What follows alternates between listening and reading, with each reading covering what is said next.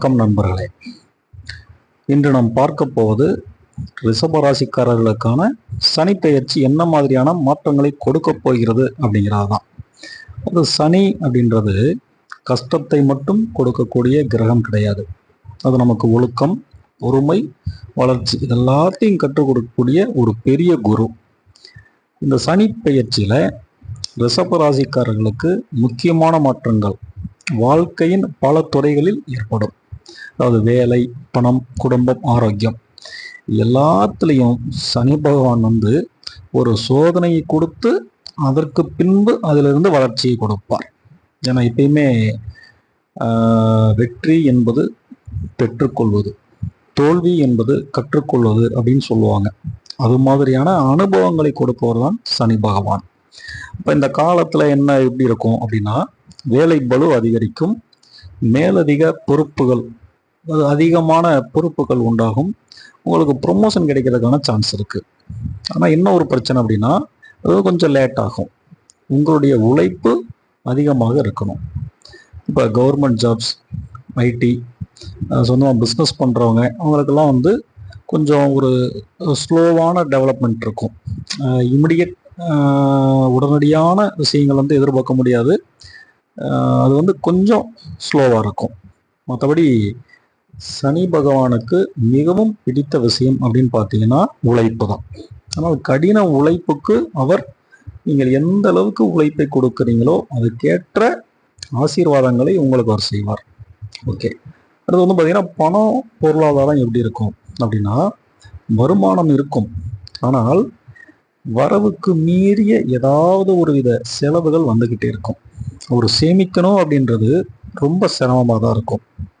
அதனால் முடிந்தவரை கொஞ்சம் செலவுகளை குறைக்கிறதுக்கு நீங்கள் முயற்சி பண்ணுவீங்க. ஆனால் அதை தாண்டிய செலவுகள் இருக்கும். கடன் வாங்க வேண்டிய சூழ்நிலைகளும் வரலாம். அதுலேயும் அந்த புதுசாக பிஸ்னஸ் பண்ணுறீங்க அப்படின்னா ரொம்ப எச்சரிக்கையோடு இருக்கிறது நல்லது. இது முடிந்தவரை புதிய பிஸ்னஸ், இந்த புதிய டெவலப்மெண்ட்னு சொல்லி இப்போ நிறைய பணத்தை அதில் கொண்டு போய் முடக்காமல் இருக்கிறத அப்படியே கொஞ்சம் மெயின்டைன் பண்ணுறது நல்லது.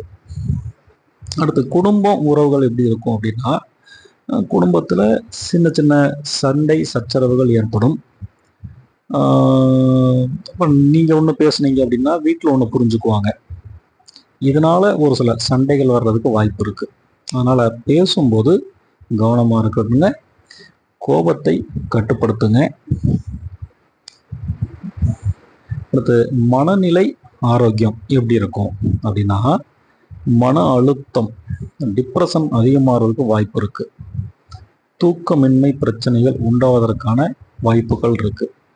அதனால யோகா, தியானம், உடற்பயிற்சி இதெல்லாம் கண்டிப்பாக செய்யுங்கள்.